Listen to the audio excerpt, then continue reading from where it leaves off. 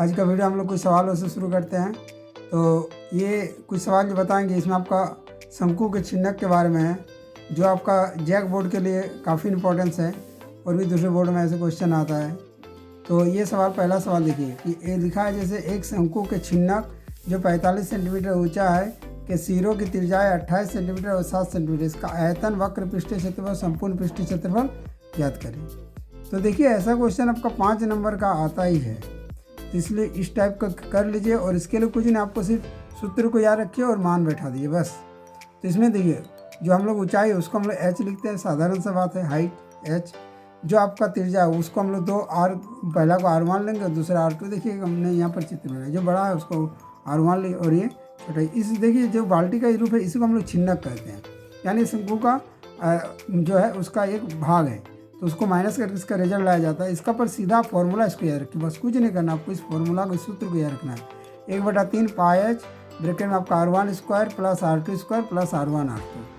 तो ये आपका आयतन का सूत्र हो गया पहला। यदि आपका छिन्नक का आयतन या धारिता दिया तो इस सूत्र को आपको सिर्फ याद रख लेना और इसी सूत्र का आधार आपको कुछ नहीं करना, जो मान दिया उसको आप बैठा लीजिए। तो 1/3 पाई का मान 22/7, h का मान देखिए 45 दिया हुआ है उसको बैठा दिए, r1 है, r1 28 है तो 28 का स्क्वायर कर दिए, r2 आपका 7 है तो 7 का स्क्वायर कर दिए, प्लस r1 गुना r2 है तो r1 की जगह 28 है गुना r2 की जगह 7 है।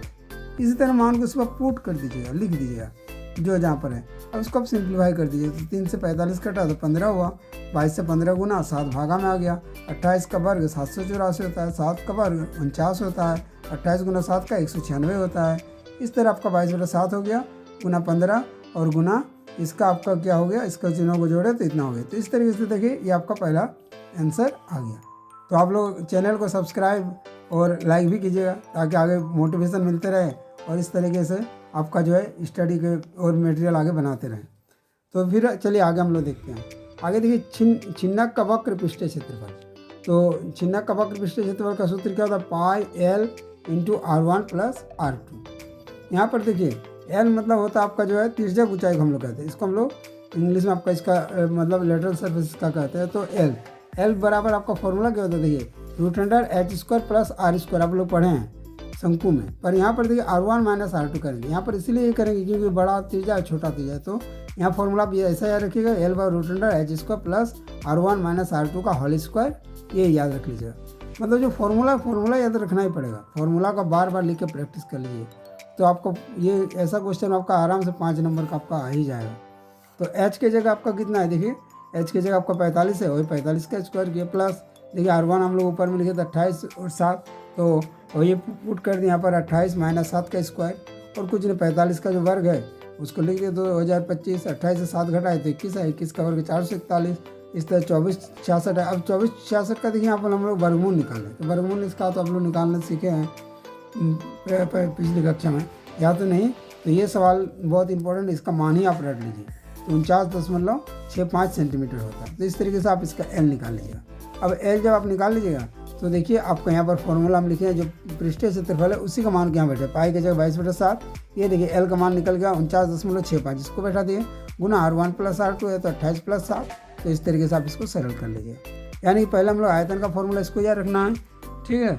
1/3 पाई h r1 प्लस r2 इसको r1 इसका प्लस r2 इसका प्लस r1 r2। तो इससे आप आयतन निकालिए। यदि आपका सवाल में धारिता लिखेगा, धारिता और आयतन एक ही चीज़ है, तो दोनों का एक फॉर्मूला होगा। अब यदि आपका वक्र पृष्ठीय क्षेत्रफल लिखेगा तो आपको पाई l r1 r plus r2 लगा देना, पर इसके पहले आप l को निकालिए जैसे बताएं और फिर इसी के आधार पर यहाँ पर मान को रख दीजिए। और तीसरा देखिए वक्र पृष्ठीय क्षेत्रफल, ये देखिए एक था वक्र पृष्ठीय क्षेत्रफल और ये जो है ये छिन्नक का आपका थोड़ा सा यहाँ पर मिस्टेक हो गया, यहाँ संपूर्ण होगा। ये छिन्नक का कौन सा है न, संपूर्ण पृष्ठीय क्षेत्रफल। संपूर्ण मतलब आपको ऊपर और नीचे को भी ले लेंगे। वक्र में हम लोग देखिए जो था वो तो रहेगा ही, पर आपका क्या है देखिए ऊपर भी आपका देखिए एक वृत्त बन रहा है, तो वृत्त का पाई r स्क्वायर होता है, पर यहाँ r1 है त्रिज्या इसलिए प्लस पाई r1 स्क्वायर। इसी तरह नीचे आपका ये भी एक वृत्त है, इसका होगा प्लस पाई r2 का स्क्वायर। तो इन तीनों को हम लोग लिख देंगे पाई l r1 प्लस r2, यानी जो वक्र पृष्ठीय क्षेत्रफल है plus pi r1 square plus pi r2 square. यानी कि ये तीनों सूत्र का आप रट लीजिए, 3-4 बार प्रैक्टिस कीजिए, लिखिए। और फिर इसी तरह पाई का मान को हम लोग देखिए पाई l r1 प्लस r2 यहाँ पर निकाल चुके थे क्योंकि वही सवाल है। तो ये देखिए आप निकाले हैं, इस मान को यहाँ पुट कर दिए, पाई की जगह आपका फिर 22/7 लिया, r1 का स्क्वायर तो 28 का स्क्वायर कर दिए, प्लस 22/7 7 का स्क्वायर। मतलब इसको आप थोड़ा सा आपको जो सरल आता है, और यदि आप ये तीनों सूत्र रट लीजिएगा तो आपको ये आसानी से पकड़ा है। और ये ऐसा क्वेश्चन इस बार पूरा उम्मीद है कि 5 नंबर का दे सकता है, इसीलिए इसको आप प्रैक्टिस कीजिए। तो इस तरह इसका सिम्प्लीफाई कर दिया तो इसका सरल करके इतना आ गया। अब देखिए कुछ हम मुख्य बातें बता रहे हैं। ये आपका ये सवाल आपका एनसीईआरटी का एग्जाम्पल में मिलेगा जो आपका बुक है उसमें। और ये देखिए पहला वाला आपका सवाल है, इसमें कुछ नहीं, इसमें से आपको आयतन निकालना है। यहाँ देखिए आपको क्या बताए थे, बीच में बताए थे कि जब धारिता होगा, धारिता मतलब आयतन निकालना। तो ये देखिए H दिया हुआ है और R1 और R2 दिया है। तो इसको आप लोग अपनी तरह से होमवर्क के आधार पर कर लीजिएगा। और यहाँ पर एक ध्यान दीजिएगा कि यहाँ देखिए व्यास लिखा है, तो जब व्यास लिखा होता है मतलब D होता है, तो ये D1 है तो R1 इसका आधा कर दीजिएगा, त्रिज्या उसका आधा होता है आप जानते हैं। और ये भी R2 आधा निकाल दिया, फिर यही वाला फॉर्मूला से निकाल दिया आयतन, जो छिन्नक का आयतन का फॉर्मूला होता है। अब देखिए और एक क्वेश्चन है, ये देखिए लास्ट वाला। इस क्वेश्चन को भी आप लोग कीजिएगा। इसमें आप लोग क्या करना है कि जैसे कहा गया धातु का एक चादर बना है और ऊपर में खुला एक बर्तन शंकु के छिन्नक आकार का, मतलब वो चीज़ तो वही है। तो आपको क्या करना है, पहले तो आपको आयतन निकालना है, क्योंकि इसमें भी देखिए ऊंचाई और ये दिया है। देखिए आपका सवाल में आयतन पर इसमें एक चीज़ लिखा है कि प्रति लीटर की दर से इस बर्तन को पूरा कितना भर सके। तो ऐसा जब सवाल देगा तो पहले तो आप आयतन निकाल लीजिए। अब देखिए आयतन आपका इतना सेंटीमीटर क्यों निकलेगा, अब आयतन इसका बैठाइएगा। जो आपका ये H है, H की जगह 16 बैठा दीजिए, R1 की जगह 8 बैठा दीजिए, R2 की जगह 20 बैठा दीजिए। और जो आपका फॉर्मूला आयतन का बताए थे 1/3 पाई H R1 square plus R2 square plus R1 R2 इसको लगा दीजिए, तो आप इसका आयतन आ जाएगा। थोड़ा सा आराम से सिंप्लीफाई कीजिएगा तो ये आ जाएगा।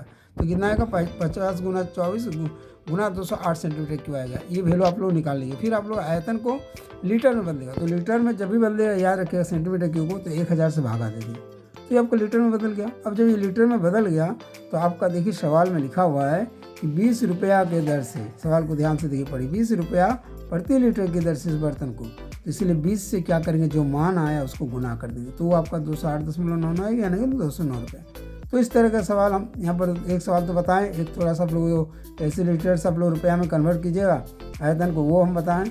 और ऊपर का सवाल तो वही है, तो उसको आपका ये दोनों होमवर्क के रूप में इसको आप लोग कंप्लीट कीजिए और ऐसे सवाल को आप लोग पूरी प्रैक्टिस कीजिए। पर ये तीनों सूत्र आप लोग जरूर याद रखिए, तीनों सूत्र नहीं याद रखिए तो नहीं होगा। चलिए ठीक है, ओके, थैंक्स।